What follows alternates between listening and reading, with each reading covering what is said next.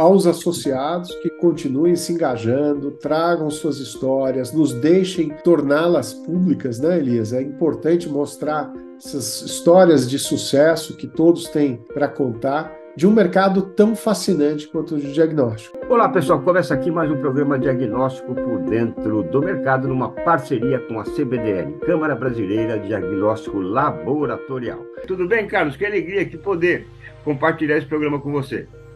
Elias, o prazer é sempre meu e é uma grande honra estar aqui lado a lado com você, construindo essa importante voz do mercado de diagnóstico aí para todos, né? Acho que esse nosso programa é um motivo de grande orgulho, porque ele de fato inovou, ele trouxe informações que antes as pessoas não tinham acesso, mostrando como são os nossos guerreiros que batalham aqui do lado de cá do mercado de diagnóstico, que hoje é um elemento essencial para todo mundo, né? Eu acho que não tem quem não saiba da importância do diagnóstico precoce e preciso para uma terapia adequada, né, Elias? Com certeza. Então, para mim é sempre uma honra e obrigado pelo convite de estar aqui com você. Uma alegria, sem dúvida, e é uma mentalidade que vem crescendo, né, e se fortalecendo cada vez mais na população em geral. E conta para a gente um pouquinho assim, né, da linha de produtos, né, que a The Binding Site hoje oferece. Um dos principais motivos, né, que me fez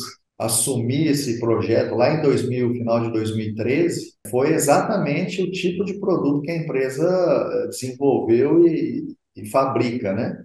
São produtos no campo da imunologia, principalmente em duas áreas chaves, que é a parte da oncohematologia, então, no campo das gamopatias monoclonais, né, estreitando um pouquinho mais na parte de mieloma múltiplo, que depois das leucemias, é o principal câncer hematológico, e cada dia mais fica evidente que isso não é uma doença rara. Na verdade, é que antes não se faziam os diagnósticos necessários, né? E agora, com a disponibilidade de novas ferramentas, no caso, incluindo a nossa ferramenta diagnóstica, a gente pode ver que é uma doença, infelizmente, muito mais frequente do que imaginávamos, né? Então, esse é um campo muito importante e promissor ainda, onde a gente precisa atuar na educação médica, na educação dos laboratórios, da sociedade em geral, né, dos pacientes. E o outro campo que a gente atua fortemente é na parte também dentro da imunologia, mas mais relacionado com imunodeficiências, ou seja, avaliar o nível de resposta imunológica que o indivíduo possui para determinadas doenças. Olha, Marcos, vou trazer um pouquinho, né, da minha história há 20 anos, quando eu comecei as biografias. Talvez a minha maior virtude para escrever a primeira biografia era não ser um leitor de biografias. Então, eu escrevi a biografia que eu achava que eu devia escrever, romanceada, contando uma história com emoção, né, com razão, enfim, né? Então, acho que é bem isso. Como você nunca tinha vivido o ambiente, né, de uma empresa, você criou a empresa que você queria criar, né, que você entendia que era o modelo ideal. Então, parabéns, porque a cultura organizacional ela não pode ser apagada, ela tem que ser transformada. Participar da CBDL, né, eu acho que faz parte de todo mundo que quer empreender no mercado laboratorial, no mercado in vitro, né? Eu acredito muito no associativismo, né? Da gente se unir enquanto empreendedores, é a única forma que existe para você poder ter uma voz na sociedade, ainda mais num país, o Brasil, um país altamente regulado, né? E nem sempre as regulações ajudam as empresas. Na verdade, claro, muitas vezes protegem as empresas, mas às vezes dificultam muito o trabalho, e é importante ter uma voz ativa para poder. A gente está nesse momento vivendo essa mudança mesmo da RDC 302 da Anvisa, então é importante ter um player como a CBDL, né, que representa aí todo o mercado, todo o setor, para poder nos unir todos enquanto uma voz. Então, acho que isso faz toda a diferença do mundo, e faz parte também do que é ser empreendedor, né? Vinícius, outro ponto importante, uma experiência de 24 anos, né, em torno de 24 anos de mercado, certamente vivenciou muitas etapas, né? Que mercado nós tínhamos em 99, que mercado nós temos hoje, e quais os pontos que você traz, assim, importantes, né, como marcos nessa trajetória? Em 99, quando a gente vendia 10 kits de teste de gravidez, a gente soltava fogos de artifício. Nossa, 10 kits. 10 kits, vou te falar que são 100 testes, pra você ter uma ideia. Ou 200 testes. Assim, não dá nem para falar. Pra você ter ideia, eu já discuti com o presidente da SBAC, eu não vou citar o nome, em 2001, no aeroporto de Confins. Esse case é muito bacana. Eu estava indo para o congresso da SBAC em Fortaleza, e ele falava, você que é o Vinícius da Bioeasy, eu tô com isso aqui de documento para mandar para a Anvisa, para acabar com esse negócio de teste rápido. Eu falei assim, então eu tenho isso aqui para mandar para a Anvisa, para falar que o teste rápido é futuro. Isso em 2001. Gente, não é nosso laboratório, não. Distribuidores que hoje é clientão nosso, nunca acreditou no teste rápido. Então, é um negócio que, sabe, desde 99 trabalhando com teste rápido. Fernando, apresenta um pouquinho da Horiba para a gente, os produtos. Você falou que são vários países, aonde ela atua. Bom, a Horiba, como você bem mencionou, Elias, foi fundada por Dr. Masao Horiba há mais de 70 anos. Ela é uma empresa que nasceu em Kyoto, ela atua em mais de 100 países, tem uma estrutura bem sólida, bem montada, com escritório nas principais regiões, principais áreas do mundo, e ela atua em 5 segmentos. É uma empresa voltada para analisadores, para esses 5 segmentos. Então, dentre eles tem o segmento medical, né, que comento bastante, que é o segmento que a gente atua bem forte aqui no Brasil, na área de IVD, né? Tem o segmento de P&E, que a gente chama, que é Process Environment, que é o meio ambiente. Então, a gente atua nesse segmento bem forte, vou comentar rápido. E no segmento científico, também, produtos para essa área. E, além disso, tem um segmento de semicondutores e, por último, o segmento automotivo. Por que as coisas acontecem, né? Porque as pessoas são diferentes, porque as gestões são diferentes, as empresas são diferentes, né? Como você falou, em 2014, 2015, a Labtest passava por uma dificuldade, o Brasil passou, né? Você vê, né? Anos depois, aí, 7, 8 anos depois, a empresa está num patamar completo, né? Internacionalizou a marca, fez uma joint venture ou uma fusão, enfim, alguma coisa. Então, olha que espetáculo, né? Então, ou seja, virou. Como você falou também, os fundadores pegaram, né, o garoto, né, Alexandre Guimarães, né, abriram o livro e mostraram tudo. Então, isso é importante, também é uma aula de liderança, de gestão de liderança. Claro, não tenha medo de compartilhar o teu conhecimento para que a empresa cresça, as pessoas se preparem e tudo mais. Então, assim, realmente as coisas acontecem porque são diferentes. Aliás, você falou que a Labtest, sua amiga falou, vai lá porque você vai achar algo de diferente. Qual foi o algo diferente que você achou naquela tua primeira chegada na Labtest? Quando eu cheguei aqui, teve algumas coisas que me chamou bastante atenção. Uma empresa de médico, né, um engenheiro é um bicho diferente, né? Então, quando eu cheguei, eu me lembro, como o presidente era um médico, os fundadores eram médicos, uma empresa da área de saúde. Quando eu cheguei nesse ambiente, eu vindo de um ambiente de Coca-Cola, de garrafa, ambiente, né, de cervejeiro, né? Eu entrei assim e falei, gente, eu tenho que andar devagar, porque eu vou fazer muito barulho. Todo mundo falava baixo, Elias, todo mundo falava baixo, as pessoas andavam devagarinho, e eu já sou muito, falo alto, eu gesticulo muito, e quando eu cheguei eu achei isso muito, muito diferente, né? Primeiro, as pessoas, mas para que serve a biografia? Serve para inspirar, motivar, transformar outras pessoas, mas no momento que você precisa do teu maior patrimônio, que é a credibilidade, né? É a tua biografia que está em jogo. Então, quando você for contatar as empresas internacionais para iniciar o teu negócio, você recebeu apoio. Recebeu apoio pela tua biografia, pela tua história, pela tua idoneidade em relação a isso. Então, né, a gente é um grande legado que você nos deixa com a tua história. E a segunda, né, que eu sempre costumo dizer, inclusive em palestras, né, que problema é oportunidade, né? Você viu um problema, né, e automaticamente foi em busca da solução deste problema, né, criando uma indústria, né? A desvalorização do dólar realmente foi uma época que tivemos crise asiática, crise do Médio, né? Foi Deus e o mundo com crise aí. Então, né, você entendeu que realmente precisaria, né, trabalhar mais com a nossa moeda do que com a moeda estrangeira. Isso. E iniciou uma grande empreitada que foi da indústria. Dentro desse processo aí, Jorge, como é que é virar a chavinha do importador para o industrial? Claro, mantendo as duas, né, ativas, né? Mas como é que é essa transformação de um pensamento empresarial? Lógico que a indústria tem um processo muito mais complexo. Então, ela requer uma preparação documental e de avaliação de risco muito, muito maior do que uma simples importadora.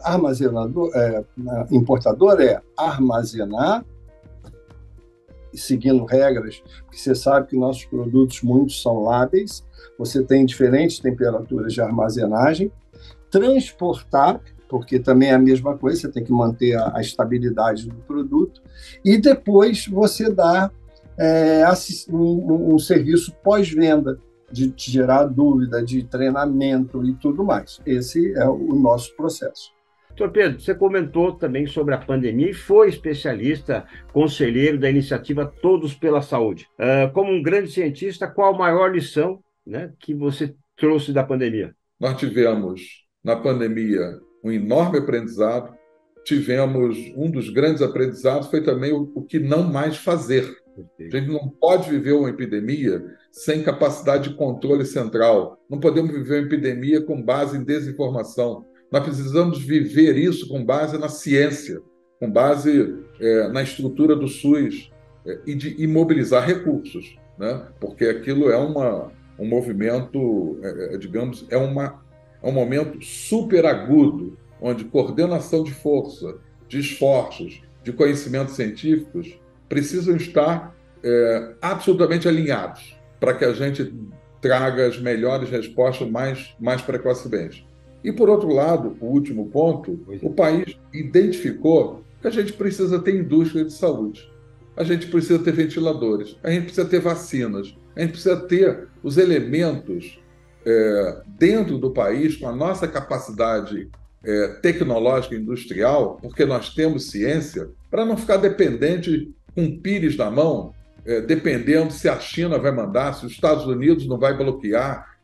Isso nós sabemos fazer, né? Então, acho que essa é uma outra grande lição e que me parece que agora isso significa colocar mais recursos em tecnologia, colocar recursos para termos uma indústria nacional de saúde pujante, como essa, por exemplo, que é pequena, que a gente tenta fazer aqui no IBMP. Nós somos uma indústria nacional para dinamizar o mercado nacional, para permitir mais acesso com soberania e com base na ciência nacional. E por isso o IBMP entrega kits, e hoje nós já estamos trabalhando também com o desenvolvimento de novas moléculas terapêuticas ao lado dos kits diagnósticos.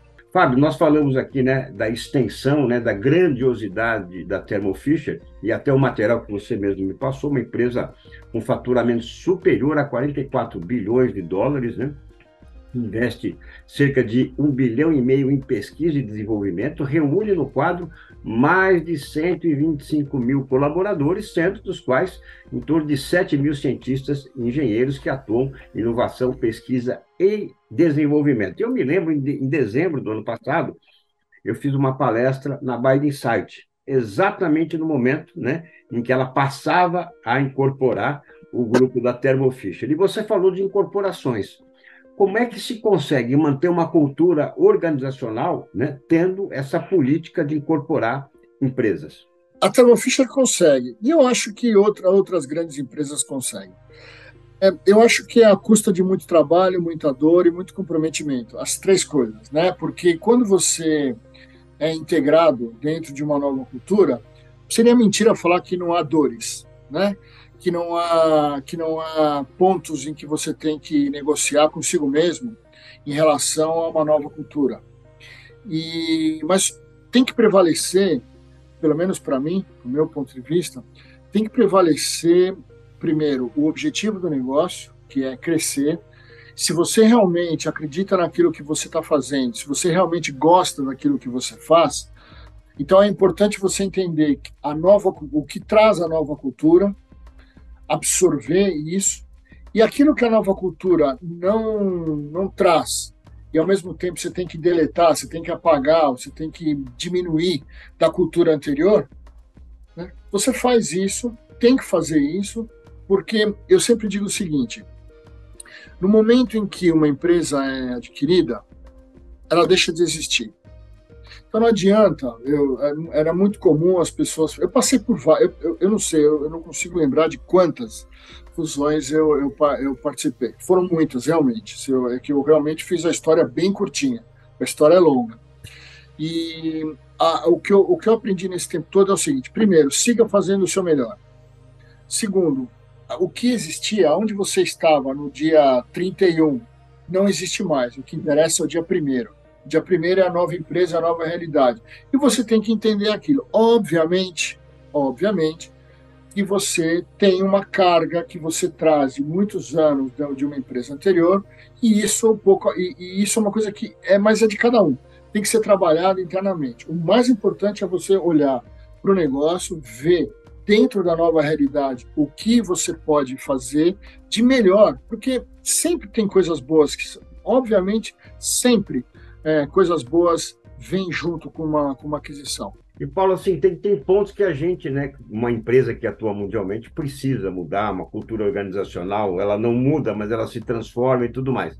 Mas tem pontos que não se mexem, né, que são os valores, né? Quais são os valores fundamentados daqui a gente?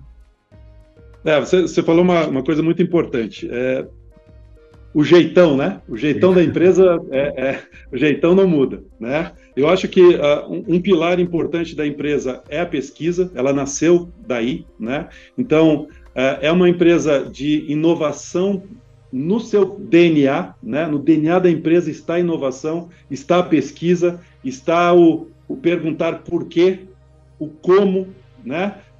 Sempre aquela vontade de saber mais, estar junto dos grandes pesquisadores. Eu não quero te mentir, mas eu creio que pelo menos nos últimos 15 anos, todos os prêmios Nobel de Química e Biologia utilizam produtos e soluções da QIAGEN e se orgulham disso. As fotos deles para o prêmio Nobel são com as caixinhas azuis atrás deles, né? Então, assim, nós estamos realmente conectados a o que podemos fazer mais pela saúde. Esse é um ponto, acho, fundamental da empresa. E também agora um viés de crescimento. Antes de conhecer um pouquinho mais a Roberta, você falou da pandemia, um momento, né, sem dúvida alguma, de grandes reinvenções, né, de grandes redirecionamentos. Então, nos conta assim, Roberta, qual foi o maior redirecionamento ou reinvenção que você, como, né, individualmente teve e que também a Revit teve? Durante a pandemia, realmente a Revit teve um papel muito importante, porque pela maneira com a qual nós conseguimos escalar a produção para atender globalmente as demandas que surgiam em cada país.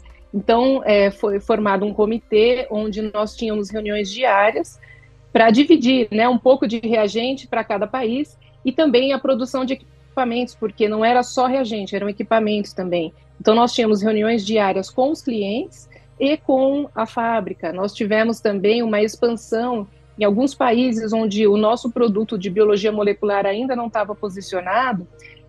Rapidamente nós tivemos que assumir novos contratos com distribuidores. Então foi tudo feito assim muito rapidamente, mas também sempre mantendo os critérios de qualidade, de compliance. E então assim foi uma fase que passaram como se fossem muitos anos em apenas 2 anos, né?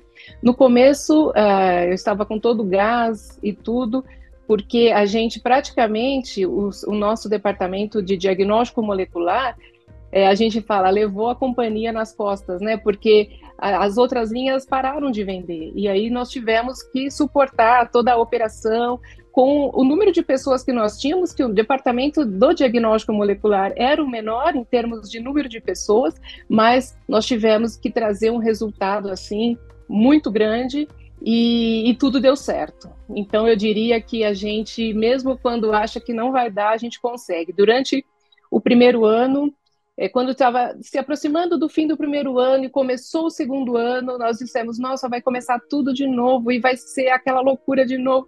Então, também foi momentos de cansaço, momentos de achar que não ia ser possível, de tentar não, agora eu desisto, mas sempre com aquele propósito, né? Eu sou biomédica e desde que eu me entendo por gente, eu sempre quis trabalhar na área da saúde. Então, por quê? Para ajudar as pessoas, né? E trabalhando com diagnósticos, com todo o propósito que nós temos, o cansaço consegue ser vencido de uma maneira mais fácil, mais natural, né? Eu diria. Não, sem dúvida, imagino o período árduo que vocês enfrentaram, realmente incansável, né? Um fôlego a lá Carlos Eduardo Gouveia, né, para enfrentar realmente. Isso. É muito importante, Fernando, essa visão que você nos traz, porque é uma visão com conhecimento de causa, né, de outros países, de outras atuações, em relação ao sistema público de saúde brasileiro, porque ainda, né, acredito, seja o que mais atende, né, a grande base, né, a grande casta da população brasileira, e o diagnóstico cada vez mais é uma conscientização em relação à saúde, né? Tanto do plano de saúde, dos médicos, enfim, tudo mais. A BioMRV atua fortemente também, né, no diagnóstico, né, em produtos com diagnóstico para doenças infecciosas, né? Qual é a maior ou as maiores dessas lutas em relação a essas doenças? As doenças infecciosas é ter sempre um portfólio o mais atualizado possível. Como nós sabemos, vírus aparecem todos os dias, bactérias têm mutações muito rápidas, então a nossa área de pesquisa e desenvolvimento ela tem que estar muito preparada para nós podermos responder rapidamente com novos painéis dentro dessa biologia molecular, com novas identificações dentro da microbiologia convencional ou com novos parâmetros dentro da imunologia, para podermos ter um processo acelerado. Hoje, as mutações, as transformações são muito rápidas, nós vimos no Covid. O SARS-CoV não era novo para a medicina, mas essa forma que ele apareceu era nova.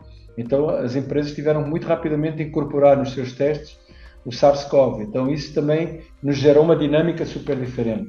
E a necessidade de continuarmos nessa dinâmica, não só durante a pandemia, mas que isso agora seja um reflexo de ter sempre metodologias mais atualizadas possíveis para responder às demandas do mercado, não é? Porque as bactérias, elas têm vindo numa mutação brutal e quem trabalha nas unidades de cuidados intensivos hoje sabe a dificuldade que tem de tantos antibióticos falhando no tratamento. Usam um antibiótico, não é? E muitos deles estão perfeitamente indicados para a bactéria, mas o paciente já está resistente, os antibióticos têm vindo a perder eficiência. Então, esse agora é quase o jogo do gato e do rato, não é? A bactéria é o rato e nós somos o gato. Então, tentamos ver onde é que está o rato, para onde é que ele se está movimentando e tentar ter as melhores soluções o mais rapidamente possível. E esse acho que é o grande desafio para as empresas de diagnóstico, e que elas sejam cada vez mais efetivas do ponto de vista de disponibilizar isso. Eu sempre brinco aqui com a minha equipa que eu acho que o diagnóstico devia estar fora da sala de emergência e quase fora do hospital, para quando a pessoa chegasse pudesse ter um melhor diagnóstico. Depois ela passava para dentro da emergência ou do serviço hospitalar já com o diagnóstico. Então esse é o caminho, e hoje temos muito diagnóstico, temos empresas chegando diariamente quase com soluções de diagnóstico, então que se façam a utilização dessa área de diagnóstico no sistema privado de saúde, mas também no sistema público. Eu vou ler até 2 trechos aqui, abre aspas. Tá bom. Tenho conversado muito com as lideranças da Eurimum sobre automações e uma das principais perguntas que eu tenho feito é: que funções, numa organização, as tecnologias baseadas em inteligência artificial poderão ocupar um dia substituindo profissionais humanos? Fecha aspas.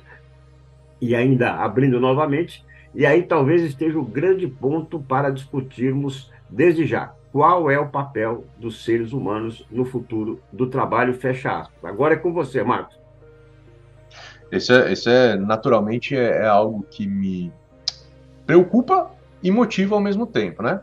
Então, eu vou começar com a motivação. Obviamente, a motivação do ganho de produtividade. O Brasil é um país que precisa ganhar produtividade. Nós somos um país que está ficando velho antes de ficar rico. Temos que tomar cuidado com isso, né? Precisamos melhorar a produtividade. Quando a gente compara a produtividade das empresas brasileiras com outras empresas, a nossa produtividade é menor. Então, tem que ser uma preocupação não só dos líderes, como tem que ser uma preocupação de todas as pessoas. Como é que eu faço para ganhar em produtividade, fazer mais com o mesmo ou mais com menos, e em comparação com outros países. E aí, agora há pouco eu estava falando da minha satisfação em trazer investimento para o Brasil, né, de trazer empregos. Isso acontece naturalmente em concorrência com outros países. Se a gente conseguiu trazer investimento para cá, foi porque os nossos líderes da Eurimu entenderam que o investimento era melhor feito aqui do que feito em outros lugares. Mas porque a gente está ganhando em produtividade. E a automação e a inteligência artificial vem com esta função de fazer isso. Por outro lado, vem o tema da preocupação. É uma moeda, né? Ela vem junto e ela tem duas faces. O outro lado é a preocupação com o nosso time. Garantir que essas pessoas que trabalham aqui não fiquem desatualizadas, garantir que elas saibam usar essa automação para o bem das suas próprias carreiras também, né? Garantir que elas tenham noção clara de qual é o potencial do que está sendo, do que há disponível, e que elas vejam a beleza da implantação e como é que elas se encaixam nessas novas empresas que vão estar presentes aqui não só no Brasil, como globalmente nos próximos 5 ou 10 anos. E eu tenho, sim, uma preocupação diária com isso, garantir que o conhecimento médio das pessoas, da organização, da Eurimu, cresça com uma velocidade maior do que a média da população, né? Eu quero que as pessoas daqui tenham uma vantagem competitiva, se eu posso chamar dessa forma, para suas próprias carreiras, seja hoje, seja daqui a 5 anos ou 10. Essa é a minha preocupação diária e é um dos grandes motivadores para mim, pessoalmente falando, dos últimos 2 anos, e eu acredito que vai intensificar daqui para frente. Vitor, me chama a atenção, né, para explicar para quem nos acompanha, né, um pouco da Roche, que foi fundada em 1896, é uma empresa global, pioneira em produtos farmacêuticos e de diagnóstico, dedicada a desenvolver avanços da ciência e que melhorem a vida das pessoas. Ou seja, é uma empresa com 127 anos. E eu trago aqui uma metáfora, né, para trazer para essa pergunta para você, um texto da Cecília Meirelles sobre o Bem-TV, né? Que o Bem-TV canta Bem-TV, o filho do Bem-TV canta TV, o neto canta Vi, né? Ou seja, os valores vão se perdendo à medida que as gerações vão chegando. Como é que com 127 anos uma empresa consegue manter sua cultura organizacional tendo uma amplitude global? Eu queria que você trouxesse um pouco desses valores, dessas estancas sólidas da Roche. Eu começaria, Elias, uma super pergunta, assim, nós temos nossos valores, né? Paixão, coragem e integridade. Isso é o que acaba nos movendo. O nosso propósito é fazer agora o que os pacientes vão precisar amanhã, ou precisaram amanhã, ou precisam amanhã, né? Então, esse é o doing now, what patients need next. Então, assim, na minha visão, né, nesses 4 anos, eu não sou tão... Já vou começando a me sentir veterano na Roche, mas, assim, é uma empresa que se reinventa, é uma empresa que investe muito em inovação. Então, durante todo esse tempo, ela vem se reinventando, claro, com esses valores sólidos, né, que nos guiam, e é uma empresa que pensa a longo prazo, assim, é uma das coisas que eu me sinto mais tranquilo. E quando eu olho, eu tive várias experiências, então eu posso comparar culturas, mas cada empresa tem a sua beleza, né, então isso é... Mas eu vejo a Roche, assim, ela tem uma visão de longo prazo, né, assim, eu conheço grandes líderes aqui, e eles sempre, quando a gente está falando com o cliente, assim, a gente sonha como isso vai estar há 10 anos, né? Algumas negociações, grandes laboratórios que nós, com esteira, com soluções integradas, com área de inteligência, e a gente vê que nós fechamos 2020 e o quanto aquilo evoluiu, né, os profissionais que estão hoje atuando com essa solução nossa, o acesso que foi permitido.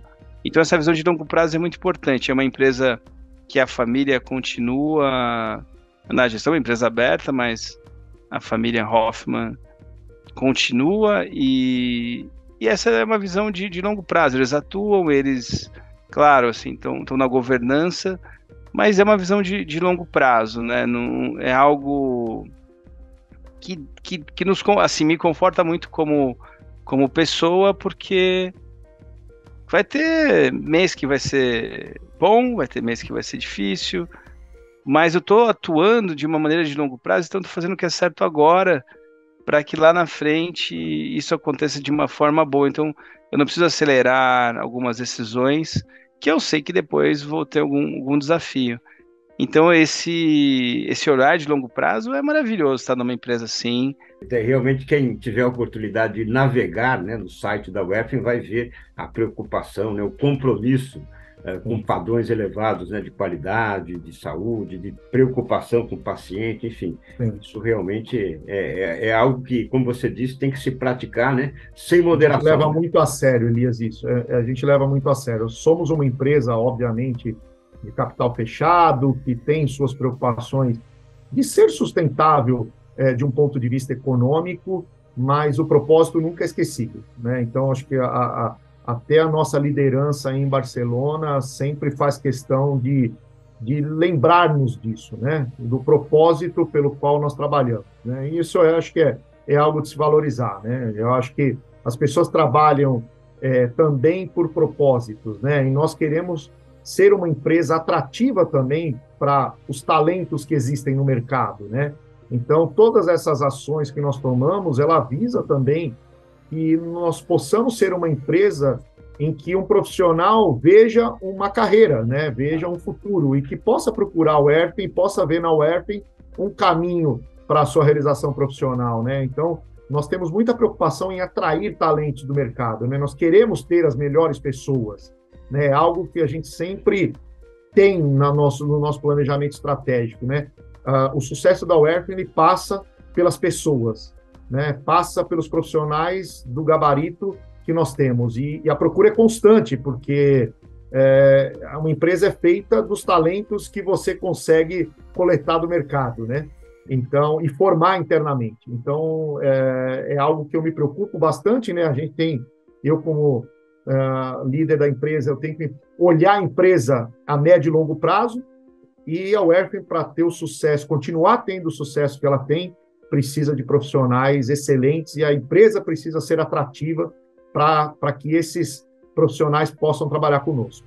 Perfeito, e também no site a gente percebe, né, que esses profissionais, esses talentos, precisam vestir, né, o uniforme do compliance, né? Deu para ver ali, tanto que tem uma frase ali, nosso código de ética é a base e nossa bússola do mundo real. Exatamente, Elias, bem citado, porque é algo que é um dos valores da companhia, do qual nós não abrimos mão, né? E eu acho que é possível, sim, né, fazermos negócios de forma sustentável e de forma ética, né? E esses valores, né, eles permeiam a nossa companhia desde sua fundação, e é algo que, né, os valores, nós costumamos dizer internamente na Werfen que os nossos valores são inegociáveis, né? Nós temos vários, né, a gente sempre tem discussões sobre esse tema e realmente é uma cultura, né, dentro da empresa que esses valores não são negociáveis e a gente costuma, né, nós temos que praticá-los todos os dias. Não tenha dúvida, não envelhecem também, né?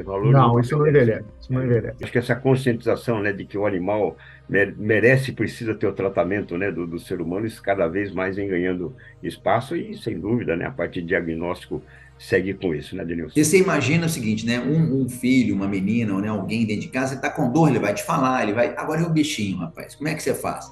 Então você vê que como um diagnóstico é importante, quando a comunicação, você precisa, o tutor, ele tem que estar atento ao seu animal e vendo alguma coisa de anormal, ele vai levar pro veterinário que vai fazer um diagnóstico, seja tocando, seja através de um raio-x, de um ultrassom ou de uma análise clínica, né? Através de um teste bioquímico, um teste de hematologia, uma gasometria, ele vai avaliar a condição do animal. Então, acho que o diagnóstico ele, tem um papel muito importante nesse cenário. Sem dúvida alguma. E também, Denilson, os grandes empreendedores erram e aprendem com o erro, e muitas vezes transformam os erros em grandes oportunidades, né? Então, você trouxe aqui que a Seller enfrentou dificuldades nessa trajetória, né? Então, até como legado para nós aqui, qual foi a maior dificuldade que a empresa enfrentou e como é que vocês conseguiram superá-la? Bom, rapaz, o que acontece, né? A minha formação, como você, né? Eu sou engenheiro, então o engenheiro é muito ligado em máquina, equipamento. Então, quando eu fundei a empresa para diagnóstico, mas muito focada em máquina e equipamento. E várias vezes, né, outras empresas não, vão oferecer que o consumível para suas máquinas. Eu quero trabalhar com a máquina, né? Engenheiro, quero trabalhar com a máquina. E, rapaz, quase que eu levei a empresa a quebrar por conta disso. E por quê? Porque o equipamento é algo que você põe no cliente, né? Depois que você põe uma máquina no cliente, esse cliente vai voltar a você daqui a 5, 10 anos. São equipamentos que não têm manutenção, são sistemas óticos. Você não tem a parte de fluido, são sistemas óticos, trabalham com filtros óticos, LEDs. A gente trabalhou desde o princípio com luz fria para os nossos equipamentos, então é baixa manutenção. E aí você faz o equipamento que tem baixa manutenção, você vende, seja, todo mês a gente tinha que vender uma quantidade de máquinas. Então, você já entra o mês devendo e sem receita. Então, você tem que vender o número de máquinas para garantir o pagamento para o mês que vem começar tudo de novo. E chegou uma hora que o que acontece? O chinês começou a vir para o mercado brasileiro. O que acontece? O que eu gastava de matéria-prima, Elias? Então, eu lembro que eu gastava $900 de matéria-prima para poder trazer e colocar aqui no Brasil. A máquina do chinês chegava aqui por $900. Pronta! Ai, meu. Pronta. Como é que faz isso, né? Então, ou seja, eu, como engenheiro focado muito na máquina, não estive atento ao mercado, que é o principal. Você tem que estar atento ao mercado. O que vai? É claro que a gente quer levar a nossa proposta de valor para o mercado. A gente quer, e como empresário, você quer trazer lucro líquido. Então, gerar emprego e renda e trazer lucro para a companhia. Então, aquela visão de se focar na máquina, só na máquina, estava colocando uma pressão em vendas, ou seja, todo mês eu tinha que vender equipamento que não bancava a estrutura. Não bancava a estrutura. Então, eu precisava de ter uma receita recorrente, que era o quê? O reativo. Aquilo que vai ser utilizado no equipamento para poder fazer os testes. Então, ou seja, durante muito tempo, ou seja, quase que a gente quebrou, por quê? Porque eu custei para ver isso.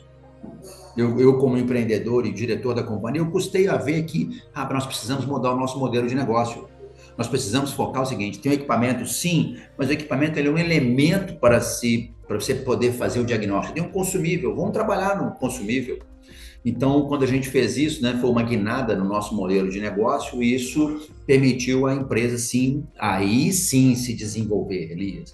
Então, ou seja, essa foi uma questão, ou seja, vamos falar assim, o meu interesse para trabalhar com equipamento quase que levou a empresa a realmente uma condição bastante difícil, que a gente teve que parar, ver, adaptar ao mercado.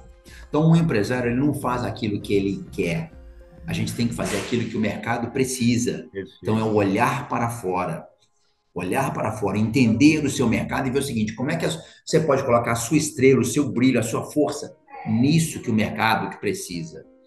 Agora, Rubens, é interessante, a gente vai entrar um pouco mais na Vitra, né, para você apresentar a empresa também, mas convivendo um pouco com essa cultura norte-americana, com essa cultura germânica também, que foi um processo anterior, né? O que é que você tirou de mais rico para poder aplicar até hoje na tua trajetória? Da cultura germânica, tá? Que eu tenho uma admiração profunda pelos alemães, profunda, tá? Disciplina, organização mental e de grupo, eficiência.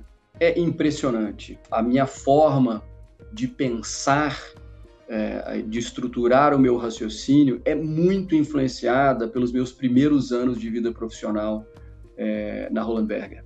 É muito influenciada.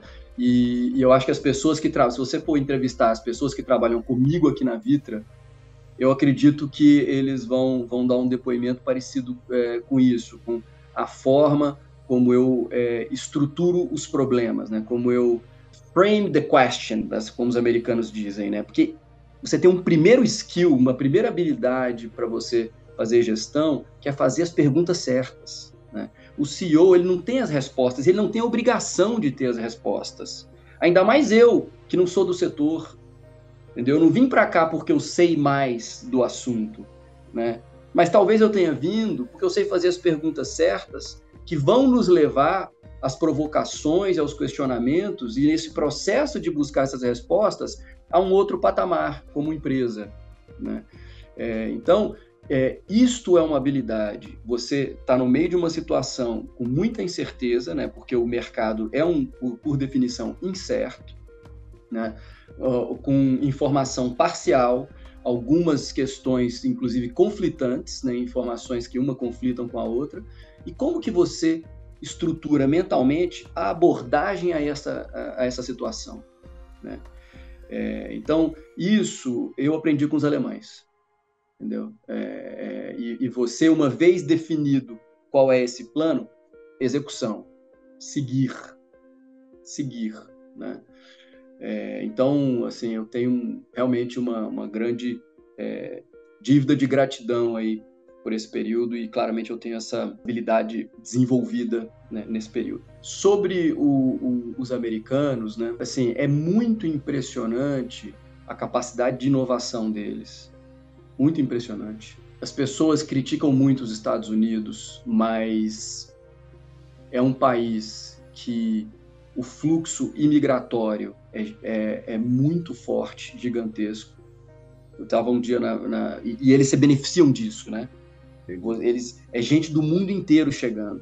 Mas não é qualquer pessoa. São as pessoas que são trabalhadoras, que estão tomando o risco de sair do seu país natal, que querem vencer na vida, e de todos os níveis sociais. Então, eu me lembro lá na minha sala do MBA, era uma sala que tinha 90 pessoas.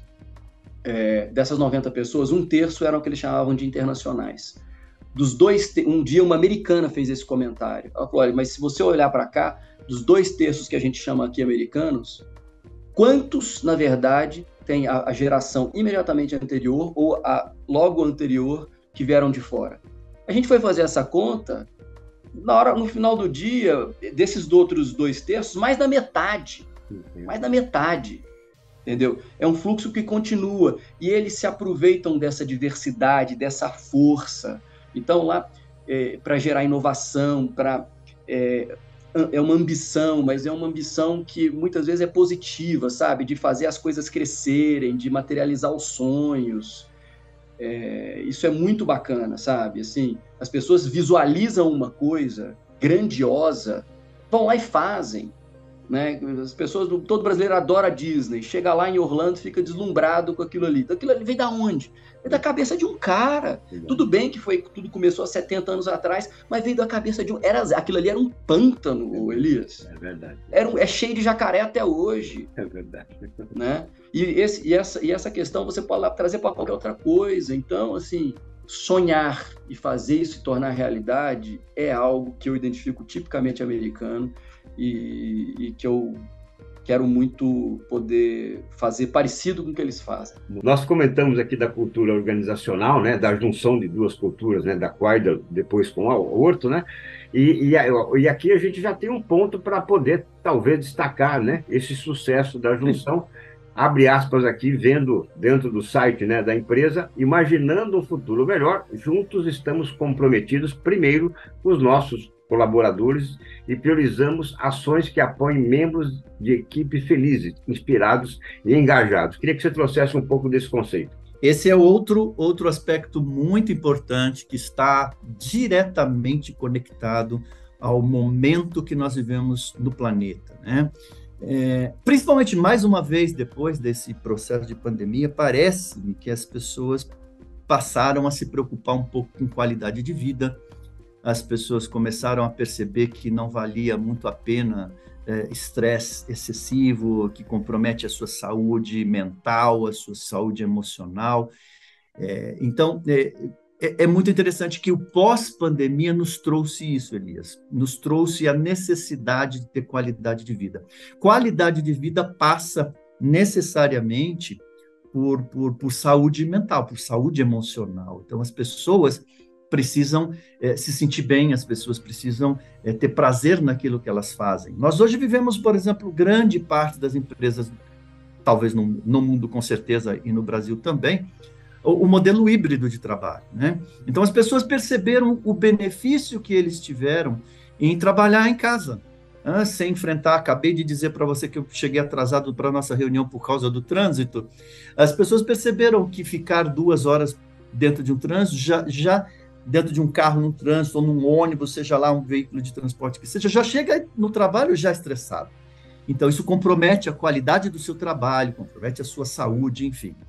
Então, nós da Quadeloto estamos muito, muito ligados a esse tipo de processo. Então, nós já implementamos esse sistema híbrido de trabalho. Hoje, nós temos aqui uma equipe específica, nem todos, por exemplo, estão no nosso escritório apenas 2 dias por semana, os outros 3 desenvolvem, sem qualquer quebra, sem qualquer problema em produtividade. As pessoas continuam produzindo normalmente, continuam fazendo o seu trabalho como tem que ser feito, e com um agravante, felizes, menos estressadas. Então, o resultado, entregam-se os resultados com muito mais facilidade. Então, nós estamos incentivando muito esse tipo de coisa.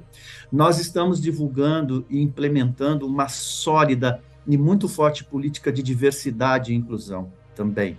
Nós temos aqui programas intensivos, programas bastante sérios de engajamento das pessoas dentro de políticas de diversidade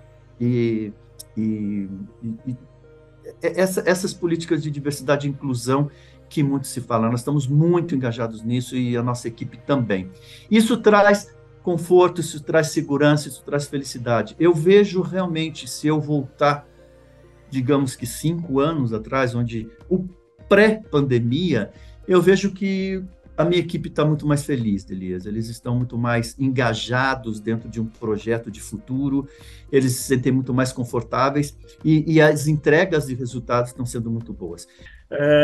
Eu, como disse para você, biográfico dos principais empresários brasileiros e a maior característica é que eles acertam mais do que erram, né? E esse é o sucesso, né? Acertar mais do que errar, porque todos nós erramos. Todo mundo erra, exatamente. Sobre o teu olhar, né? E muitas vezes esse erro ele é decisivo, né? Porque ele te redireciona um caminho, abre uma outra oportunidade que você não tinha observado, né? Então a porta que se fecha não é que fechou, é para você não entrar nela, né? Para você procurar o caminho. Então, Robson, dentro da tua trajetória, qual você considera o principal erro que você cometeu, o que aprendeu com ele e de repente ele se tornou uma outra oportunidade de negócio?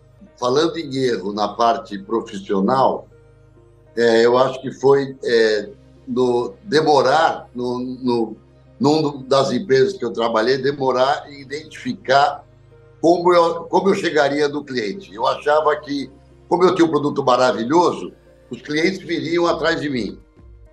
Eu esqueci que existia como dizia o Garrincha, tem que combinar com os russos, né?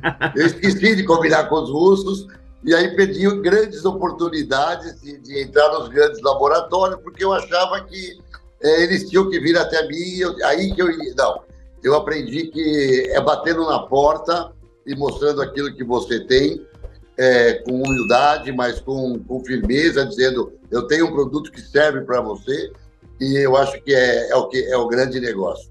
Isso provou que realmente é isso que tem que ser feito. Tivemos grandes agora sucesso fazendo isso. Vai lá e bate na porta e fala o que você tem. O cliente não tem tempo de ficar procurando por uma coisa. Nós temos que chegar antes que ele procure. Nós temos que falar, nós temos isso aqui, eu tenho certeza que é bom para você. E depois ele avalia se ele quer ou não. Você comentou também lá atrás, né, sobre a AIDS, HIV, né? E a gente também aqui no programa já teve a oportunidade de levantar isso, né? Uma doença que, infelizmente, surgiu na década de 80 e realmente, né, foi um trator, né? Mas hoje um pouco se fala em AIDS, né? E pelo que a gente ouve, é uma doença que ainda preocupa muito. Como é que está hoje a realidade da AIDS? Acho que eu posso começar falando assim, o Brasil sempre atuou de uma maneira muito pioneira, né, em relação à AIDS e ao HIV, né? Mais de 2 décadas o Brasil aí continua sendo um exemplo, né, de como dirigir suas políticas públicas, né, de como foi disruptivo em dar acesso, né, a uma série de testes, de exames e tratamento para a população vivendo com AIDS. O ponto que você traz é muito importante, ou seja, né, num determinado momento, lá no início da pandemia, isso sim era extremamente divulgado, né? Muito investimento em educação. Ao longo do tempo, isso foi diminuindo muito, né? O que não foi bom para o país. Então, a gente teve, sim, um aumento de número de casos. Nós retrocedemos um pouco nessa curva, né, que estava muito positiva em relação ao cuidado com pacientes vivendo com AIDS. O lado bom é que, assim, essa retomada, né, das ações, elas hoje estão novamente presentes, né? Então, o governo tem sim investido, né, inclusive incorporando novas tecnologias para a população e, de novo, levando o teste talvez para lugares e para populações que antes não tinham acesso. Então, hoje o Ministério da Saúde tem uma rede que até é chamada de rede rápida, né, de virologia, que é justamente isso, leva o teste para lugares de pouco acesso. E é justamente a população mais vulnerável, né, populações às vezes socialmente discriminadas, que passam a ter acesso ao diagnóstico, consequentemente ao tratamento, e isso ajuda demais, né, no controle da pandemia. Conversa boa é assim, a gente faz uma pergunta e na resposta já vem vários insights, você já me deu vários insights aqui, perguntas, né, para poder extrair um pouquinho mais, né, do teu conhecimento. Entre eles, né, justamente você citou a pandemia, e eu assisti um vídeo teu onde você comentava, né, que havia uma luta ainda agora, né, pós-pandemia, que era na reconstrução do ecossistema de saúde. Só que aquela pandemia veio, né? Acredito que ainda, né, com resquícios ainda existe, né, o vírus e tal, mas geram novas viroses, né? Então, no teu olhar, né, no teu conhecimento, nós já conseguimos essa reconstrução do ecossistema de saúde ou ainda estamos nesse caminho? Na realidade, a reconstrução é um caminho longo, uma jornada longa. Eu acredito que não vai ser fácil fazer isso em 1 ano, 2 anos, considerando os desafios que nós temos, não só aqui no Brasil, mas de forma global, né, focando agora, por exemplo, só no Brasil, tem muito a ser feito. E como eu falei, um ecossistema é formado por vários setores, né, por vários stakeholders, várias instituições liderando cada um dentro da sua área de atuação. Então, assim, realmente a pandemia nos desafiou e nos trouxe muitos aprendizados, que a gente está vendo que muitas coisas já foram, vamos dizer, endereçadas, algumas já foram implementadas. Um dos exemplos é a questão da telemedicina, antes pandemia, pós-pandemia. Então, houve uma adaptação, primeiro das instituições, da parte médica, né, de aderirem, reconhecerem o valor dessa tecnologia e depois o paciente também, ele se adequar a esse novo modelo de atendimento. Além disso, outros modelos, por exemplo, gerar mais acesso à população, então nós vimos também um crescimento em relação de testagem, utilizando tecnologias como Point of Care, criando novos hubs mesmo de testagem, que a gente viu hoje no mercado, que hoje as farmácias, clínicas, alguns consultórios poderão também oferecer esse tipo de serviço, né, para os pacientes em si, mas também vimos que tem muito a ser feito. Então, a parte regulatória, houve uma mudança recente na legislação para organizar todos esses novos modelos, orientar e tudo mais, mas tem muito a ser feito ainda. Em nível de biologia molecular, diagnóstico molecular, não precisa nem se discutir, né, a viabilidade, né, a importância disso, mas hoje, né, o governo já tem linhas de atuação, abertura, justamente para trazer isso para a saúde pública e também os planos de saúde, né, porque aparentemente me parece que um bom diagnóstico antecipado, né, barateia, enfim, né, evita com que o sujeito, né, um paciente vá muito ao médico ou até uma internação e tudo mais. Sim, claro, é um caminho longo e acho que do lado da indústria, a indústria em nenhum lugar do mundo está totalmente satisfeita do que o governo está fazendo e o governo acha que às vezes está indo na velocidade certa. E aí que o papel da Câmara, no caso da CBDL e de outras câmaras de indústrias, é vital, porque a Câmara agrupa os pontos de vista de da maioria das empresas, mas de uma forma muito objetiva, traz também a voz do paciente e dos outros pontos do ecossistema. E eu acho que, embora existem coisas que a gente gostaria, como setor, que melhorassem, eu acho que o governo sempre se mostrou muito aberto, o governo, a Anvisa, a incorporar cada vez mais tecnologias e a modificar a lei e o marco regulatório para que as tecnologias cheguem muito mais rápido às mãos dos pacientes. Júlio, tua atuação também em conselhos, né, de empresas, né? Hoje, qual você tem sentido assim o que se tornou o calcanhar de Aquiles das empresas? Então, eu tive a oportunidade de estar em conselhos de empresas de energia. Foi, acho que, uma experiência bastante gratificante, porque foi uma coisa, né, nova, né, para mim. E conhecer esse mercado foi muito interessante.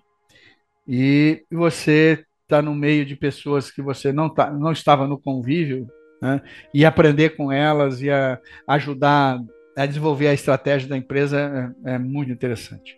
Primeiro, o conselho tem um papel extremamente relevante nas organizações, seja que organização for, com fins ou sem fins lucrativos. Alguém de fora, principalmente quando o conselho é constituído com pessoas de fora da empresa, traz visões diferenciadas que podem contribuir, que realmente contribuem com a estratégia da empresa, né? Não é quem dirige a empresa, é quem dá o direcionamento estratégico da empresa. E dentro disso, algumas sociedades científicas, eu participei de conselhos, presidi alguns conselhos dessas sociedades científicas, e também de sociedades empresariais, né? Depois que eu saí do Instituto de Tecnologia do Paraná, eu me tornei também conselheiro do Instituto. É bastante interessante mudar de cadeira, né, de executivo para a área estratégica. Eu recomendo muito que organizações de qualquer tipo, e é até por isso que eu estou fazendo parte do Conselho de Ética da CBDL, eu acredito nisso, eu acredito nesse movimento, né, de pessoas pensar o futuro, principalmente das organizações, né? Você sabe que eu até escrevi um texto outro dia sobre inteligência artificial. Não podia ter outro nome, né? Porque eu até fui buscar no dicionário a explicação do que é artificial, né? Então tem uma parte, claro, que não é natural, né? Mas também tem outra absurda, né? Falei, poxa, poderiam ter escolhido um outro nome não artificial, né? Para ser uma coisa que é tão importante, né? Mais natural do que artificial, é isso? Talvez inteligência natural, talvez fosse melhor, sem dúvida alguma. É que hoje a gente está longe de ser natural, né? É verdade. Então, a gente tem que ensinar tanto e buscar tanto esse enfoque que não é tão natural, mas eu acho que com o passar dos anos, e acho que tende a ser mais natural do que artificial, mas inteligência artificial nos permeia hoje nas nossas vidas, no nosso dia a dia e principalmente na área da saúde, né? Onde a gente também busca formar esses clusters de tipos de pacientes para poder tratá-los de uma forma menos agressiva, mais rápida. Então, tudo isso é muito estudado, né? E hoje existem soluções. O que a gente tem que trabalhar mais e mais é no acesso à população, que vai aumentar, os casos vão aumentar e a gente vai ter que absorver essa demanda de alguma maneira. Não tenha dúvida, e certamente veio para somar, não para substituir, né? Ela veio para somar, né? Do mercado. Sim. Conosco hoje, então, Liliana Pérez, gerente de marketing da área de diagnóstico laboratorial da Siemens Healthineers para a América Latina. Obrigado, então, por estar conosco. Inscreva-se no canal, dê o seu like, compartilhe os programas, e o diagnóstico por dentro do mercado está sempre aqui à sua disposição. Tchau, pessoal!